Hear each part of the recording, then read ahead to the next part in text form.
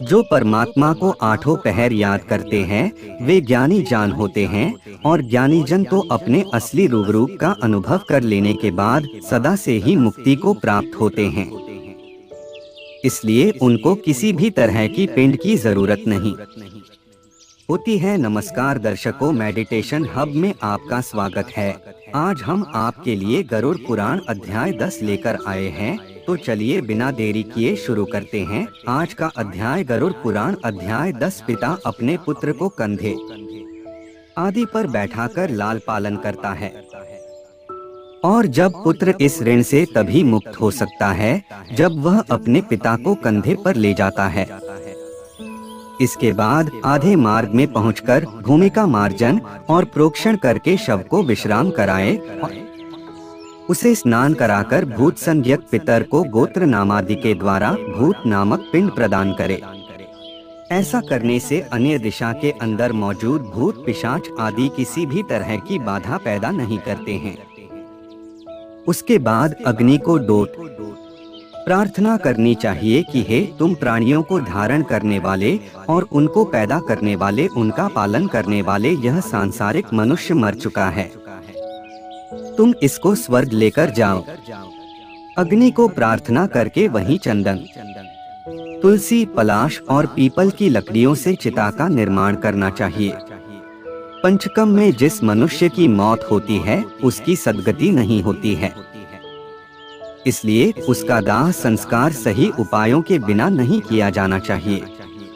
इसमें मृत इंसान दाह योग्य नहीं होता है, और इसका दाह संस्कार करने से शुभ परिणाम प्राप्त नहीं होते हैं। इन नक्षत्रों में यदि कोई मरता है तो उनके यहाँ पर हानि होती है। पंचक दोष की शांति के लिए कई काम किए जाते हैं। इसके लिए तिल से भरा पात्र और घृतपूर्ण कांस्य पात्र का दान करना चाहिए, और उसके बाद जो शव का दाह करता है उसको किसी भी तरह की बाधा पैदा नहीं होती है, और जीव की सद्गति भी हो जाती है। जो मनुष्य पाप करते हुए मर जाते हैं उनकी अस्थियों को यदि गंगा के अंदर बहा दिया जाता है तो उसके बाद वे स्वर्ग चले जाते हैं, और उसके बाद वे यहाँ पर नहीं भटकते हैं। एक जंगल के अंदर जानवरों की हत्या करने वाला व्याध सिंह के द्वारा मारा गया था, लेकिन उसकी अस्थि गलती गंगा के अंदर गिर गई, तो वह व्याध दिव्य विमान के अंदर सवार होकर स्वर्ग चला गया। इसलिए पुत्र को चाहिए कि पिता की अस्थियों को गंगा नदी के अंदर बहाकर आना चाहिए।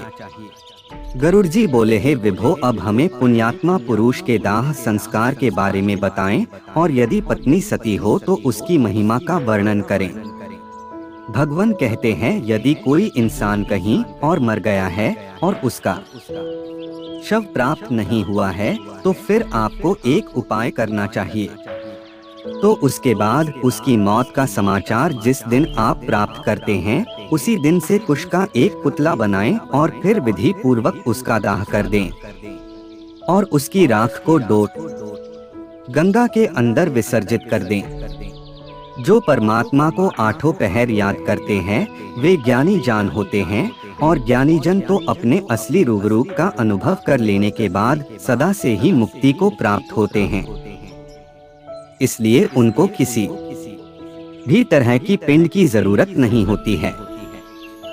इस अध्याय में पति की मृत्यु के बाद स्त्री के सती होने के बारे में भी वर्णन किया गया है, पर स्त्री के सती होने का सही मतलब है कि मीरा बनकर परमात्मा में लीन हो जाना। सत्कर्मों को अपनाकर हम अपने तन मन को शुद्ध कर सकते हैं और भगवान के प्यारे बन सकते हैं। इसलिए गरुड़ पुराण के इस अध्याय से हमें भी ये सीख लेनी चाहिए कि जीते जी अपने आत्म स्वरूप को पहचानकर परमपिता परमात्मा के चरणों से जुड़े रहना चाहिए। इस प्रकार गरुड़ पुराण के अंतर्गत सारोद्धार में दाहास्थ संचय कर्म निरूपण नामक 10वां अध्याय पूरा हुआ। गरुड़ पुराण का पाठ करने से हमें जीवन का अद्भुत सार समझ में आता है, जैसे कि हमारे जीवन का उद्देश्य धर्म और पवित्र आनंद की प्राप्ति।